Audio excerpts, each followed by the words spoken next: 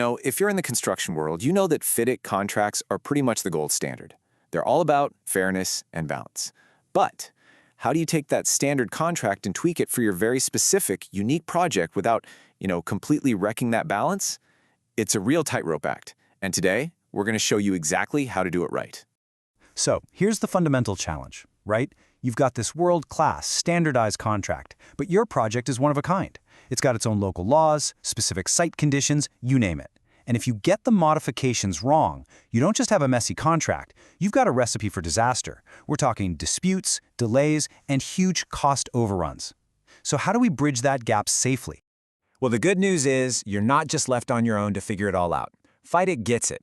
They know a one-size-fits-all approach is never going to work in the real world. So the whole system is actually designed to be flexible. In fact, the contract itself pretty much tells you, hey, you need to modify me.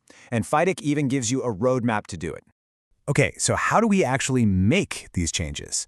The answer is in this really crucial document called the particular conditions. This is the magic wand, so to speak. It's what transforms that generic template into a contract that's tailor-made for your specific project. Now, this particular conditions document isn't just a random list of changes. No, it's structured very intelligently into two separate parts, Part A and Part B. And trust me, understanding the difference between these two is absolutely critical. And here's where we see that split. Part A, that's the easy stuff. It's basically filling in the blanks with project-specific data. It's a team effort. But Part B, the special provisions, now that's where the real power and the real danger is. This is where the employer gets to amend the actual rules of the game. And whenever one side has all the power to change the rules, you'd better have a system in place to keep things fair. And that's exactly it. That power to change clauses is precisely where things can go off the rails. A single, poorly written amendment can just dump a huge amount of risk onto the other party, create all sorts of confusion, and, you guessed it, leads straight to expensive disputes. This is a massive issue in the industry. And look, you don't have to take my word for it. FIDIC itself is so worried about this that back in 2019, they came right out and said they have concern at the practices adopted by some employers. I mean, when the people who write the rules say there's a problem, you know it's a big deal. So FIDIC's first attempt to fix this was to lay out some ground rules. Common sense stuff. Make sure changes fit local laws, use clear wording, don't create confusion.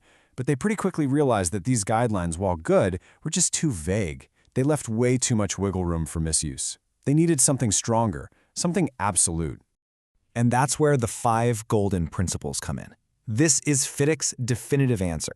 It's a clear, simple set of rules designed to make sure that any changes keep the integrity, balance, and clarity of that original contract intact. All right, let's quickly walk through them. Number 1, you can't mess with the core duties of each party. Number 2, be crystal clear, no ambiguity. 3, don't shift the balance of risk and reward.